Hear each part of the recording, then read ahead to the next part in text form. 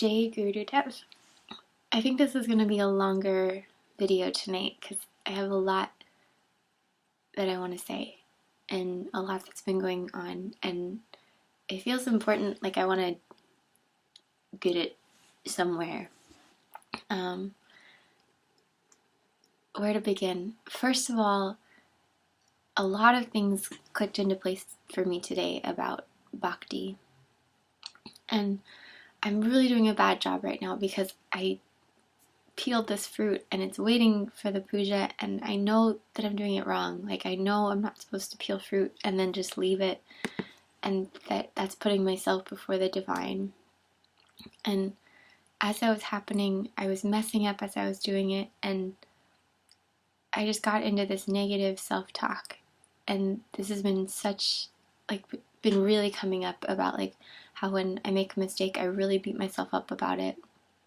And as I was doing it, I just got this thought. I was like, okay, Guruji he's rooting for my God realization. He's rooting for my advancement and my development. And like, why am I so against it? Like, why am I gonna squish myself into the dust and tell myself I'm a horrible person if he's the one loving me?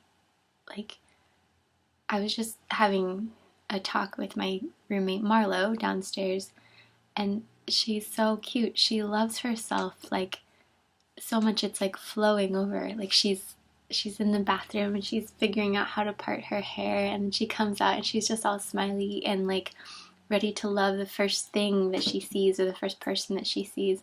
And she loves herself so much that it just overflows. And I felt like I was going from the exact opposite way. Like, I was like, okay, if I hate myself, then I'll make myself better, and then I'll be perfect. But I was watching myself today as I was trying things out, and I was really like cutting down every single possibility. It was like, oh, maybe I'll try this, but then my mind just, no, that won't work, that won't work, that won't work. And I just got this counter thought today that was like, I'm tired of hating myself.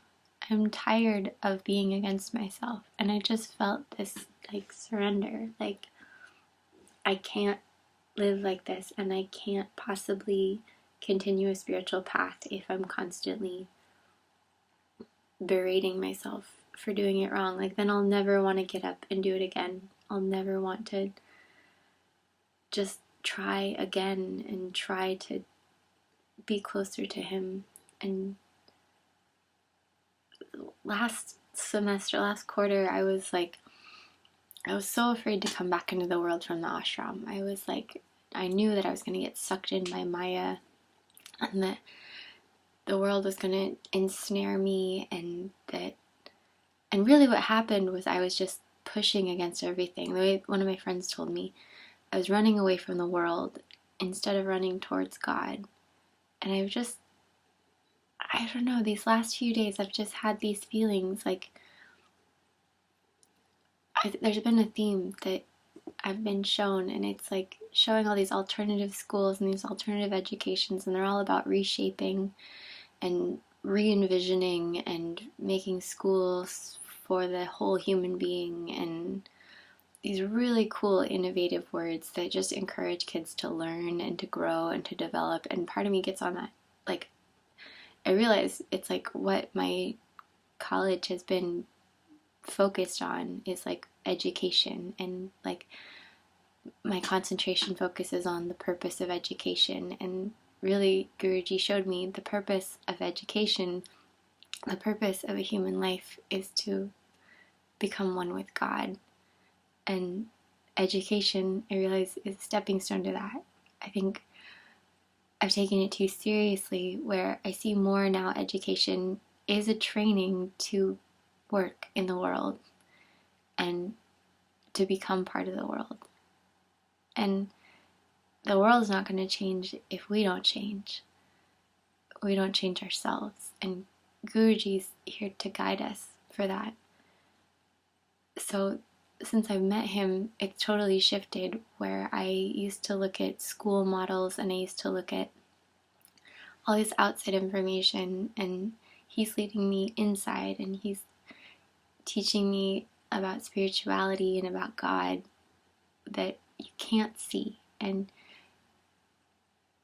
you have to pray, and you have to do your sadhana, and you have to surrender in order for it to be revealed to you, which is like, I've had this question, like, how do I surrender when I'm not there? Like, do I trust myself? Do I trust what my heart is saying? Do I trust that he's showing me everything? And I have to. Like, I have to trust that everything I'm doing is to get me closer to him. And I just felt like if I was to look at myself as if I was someone else, like a friend who says, okay, the most important thing in my life is my guru, and to serve my guru, and to surrender to my guru. And here I am in life. I'm not at the ashram. I'm in a city that has a temple, and he told me to finish school, and then he told me to go to India. And I want to be financially responsible, and I want to also spread his light. I don't want to show people that being crazy about God means to be miserable. I want to show the love and the joy that he's spreading. It doesn't mean that it's always joyful. Like, he brings up the things that are difficult to look at so that we can be cleansed of them. But it doesn't mean I have to walk around like punishing myself all the time. It's like I can look at those things and I can acknowledge them and I can make the effort to change them, and really he can change them. He changes them once I give them to him.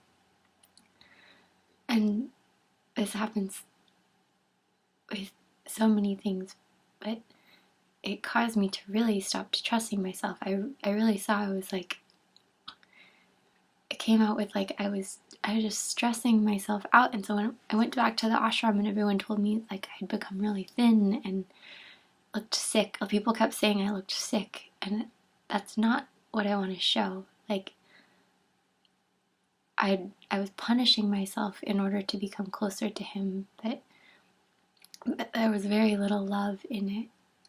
And so these last couple of days I've been just like trying things out, and I started drawing again, and there's this voice in my head that's like, I don't know why you're drawing, like this isn't useful.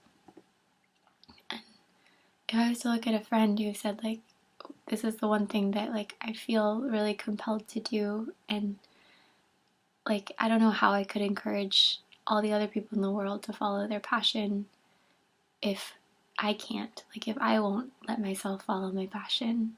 And like that's the only way that we can make this world better. That's the only way that we can like spread this love, is if we feel like we want to serve and to surrender. And just because my service doesn't look like cleaning the streets or feeding the hungry, which I've also thought about, and then I get this thought like, oh well, you're not helping yourself, or you're not going closer to God if you're constantly working on like being Mother Teresa, because you have to help yourself first before you can help anybody else. And so you have to do your spiritual practices first before you can help anybody else. And I think I've just become so extreme about like forcing myself to be miserable in order to realize God, that it makes me react and it makes me push away instead of feeling this joy, and to feel like I'm actually not interested in anything else but my guru. And like I can become so creatively obsessed with God.